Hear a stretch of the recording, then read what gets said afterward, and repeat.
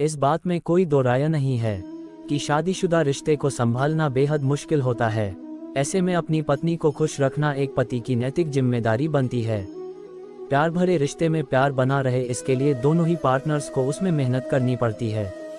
कई बार रिलेशनशिप में प्यार होने के बावजूद उसमें अंडरस्टैंडिंग और रिस्पेक्ट न होने के कारण उसकी डोर कमजोर पड़ जाती है। एक दूसरे की भावनाओं को समझना और सम्मान देना हर कपल का फर्ज है। हालांकि इस मामले में अब भी महिलाएं संघर्ष कर रही हैं और शादीशुदा रिश्ते में बराबरी का हक मान रही हैं।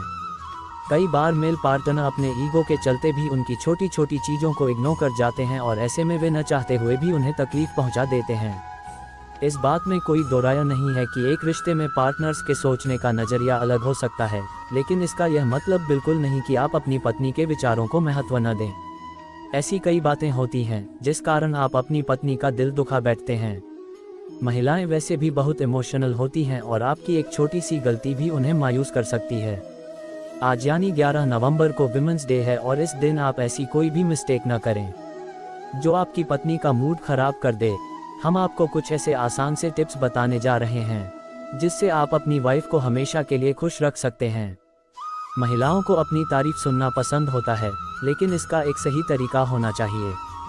कई बार आप उनकी प्रशंसा करते हैं लेकिन फिर भी बात नहीं बन पाती है। ऐसा इसलिए क्योंकि उसमें आप सिर्फ उनके लुक्स और कपड़ों को लेकर ही उनकी तारीफ करते हैं।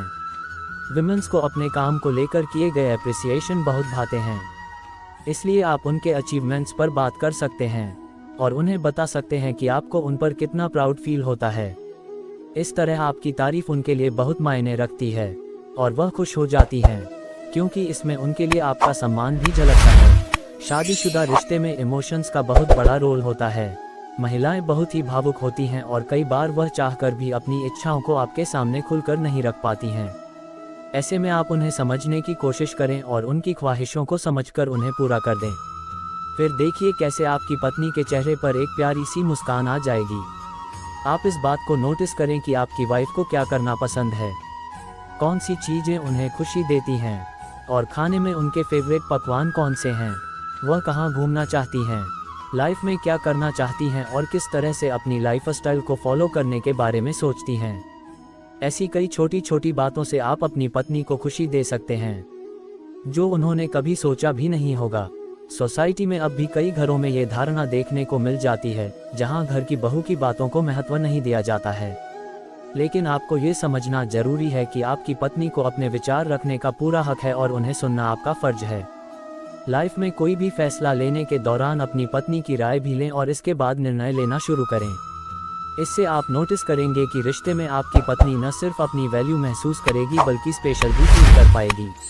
आपका इस तरह उन्हें बराबरी का हक देना किसी भी बड़े तोहफे से ज़्यादा महत्व रखता है।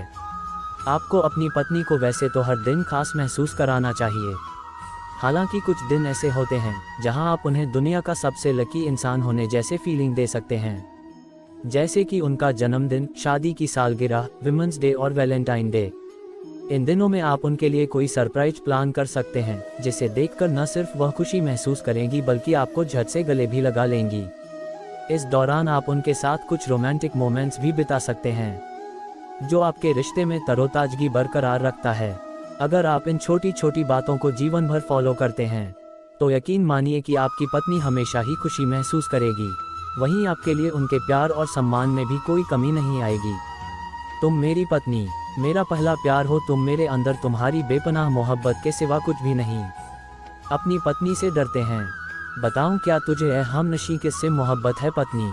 मेरी जान हो तुम, एक औरत से वफा करने का ये तोहफा मिला, मेरी बीवी मेरा पहला प्यार है। तुम्हारे हाथों का स्वाद भाता है मन। आपने ऐसे कई मजाक सुने होंगे कि पत्नी को हाँ कहते जाओ तो वह खुश रहती है, लेकिन असलियत इससे परे है। दरअसल पति का हमेशा हाँ कहने पर यह भावना आती है कि वह चीज़ों पर ध्यान नहीं दे रहा या फिर उसे फिक्र नहीं है। पत्नी की बात सुनने के बाद सिर्फ हाँ में जवाब न देते हुए उनसे उस टॉपिक पर थोड़ी देर बात करें और फिर अपने निर्णय पर पहुँचे कि आपको क्या कहना है। घर या बच्चे संभालने की जिम्मेदारी सिर्फ महिलाओं की नहीं होती है। ध्यान रखें कि घर और बच्चे दोनों आपके भी है, इसलिए उनके लिए जितनी जिम्मेदार पत्नी है उतने ही जिम्मेदार आप भी हैं।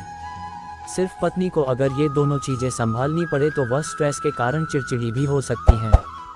जो रिश्ते पर असर डालेगा। इसलिए बेहतर होगा कि आप इन चीज़ों में उनके साथ रिस्पॉन्सिबिलिटी शेयर करें। खाना बनाने का काम सिर्फ पत्नी ही क्यों करे, आप भी कुकिंग करें। अगर अच्छे से कुकिंग नहीं भी आती है तो किचन में पत्नी का हाथ बटाएं और कुक करना सीखें। अपनी पत्नी को कोई डिश बनाकर सरप्राइज करें। यह उन्हें न सिर्फ रिलैक्स होने का मौका देगा बल्कि उनके लिए आपकी केयर भी शो करेगा। जी हाँ, पत्नी को थैंक यू कहें। वह आपके लिए खाना बनाने से लेकर बच्चे को संभालने और आपके दिन को परफेक्ट बनाने की हर संभव कोशिश करती है, तो भला इसके लिए शुक्रिया क्यों ना कहा जाए।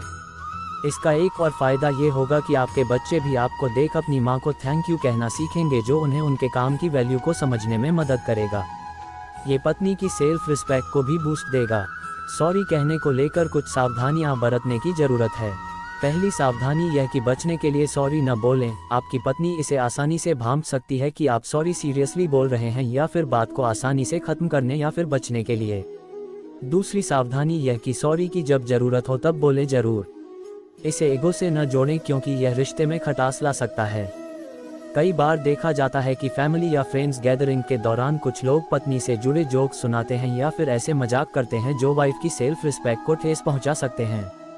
इसे इग्नोर करने की जगह बेहतर है कि आप उन्हें ऐसा करने से रोकें।